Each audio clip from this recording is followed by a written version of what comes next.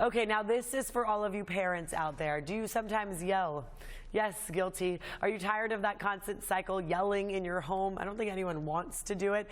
So joining us live this morning, renowned parent educator and certified professional coach and author, Laine Lipsky, here to talk about your new groundbreaking book, Stop Yelling, and this training program. Good morning, Laine. Thank you for joining us. Good morning. Thanks for having me. Yeah, I feel very guilty, but absolutely it happens. We have a 4.5-year-old. Sometimes she tests my patience, and then I feel so bad. Why am I yelling at a 4-year-old? Tell us, what are parents going through? Am I the only one doing this? Oh my goodness, you are so not the only person doing this, which is exactly why I wrote the book that I wrote and that I offer the training program that I have to accompany it. It is the #1 parenting problem, Netta. Parents are frustrated, they're overwhelmed, and they go to their knee-jerk reaction, which is most often yelling. And that's simply because they don't have any other tools at their disposal. And so what I'm here to do is to teach parents alternate positive skills to that. Okay. I think for a lot of people, maybe they grew up in that type of household. That's how we communicated, was just the loudest person gets heard. So tell us, I mean, about that. Obviously, that's not a cycle we should continue. There's been a lot of research, right? Yeah, so there's a lot of research on yelling and corporal punishment in general, and yelling is definitely put into the category, if it hits a certain level, of corporal punishment. And the truth is, we don't need research to tell us what we already know in our hearts, right? When you yell at your 4-year-old, it feels terrible, and you see the look on their face, and they feel terrible, and we worry about what's going to happen to them in the short and the long term.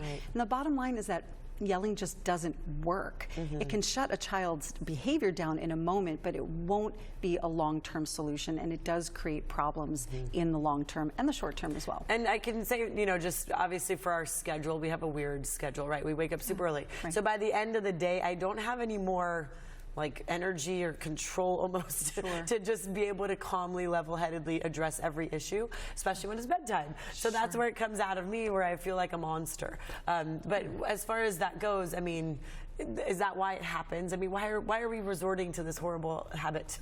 Yeah, I think, and I'm so glad that you just called it a habit. That's really an important thing to know, because when we understand that yelling is actually a habit and it's a cycle, we can learn how to change that habit, just like any other habit that we want to change. When we think of it as a skill and a skill set, we have the power to change it. Why is it happening? Because for you, at the end of the day, you're exhausted. You get up at 4 a.m. Of course you're exhausted, right?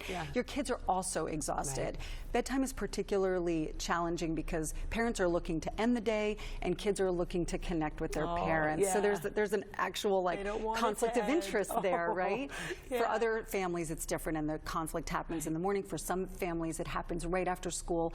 But again, if you look at it as a habit and a pattern, you can start to pick apart when it's happening and back out from there and say, when can I intervene at the earliest point so that I can stop this from happening? Because nobody will say that yelling at their kid feels good. Nobody will say that. Laine, you're speaking like you're a coach of a team, maybe. Tell us about that. You are using some of those skills in this. So I was an athletic coach. I actually was the first coach of the UCSD Women's Ultimate Frisbee here. Go Psychos.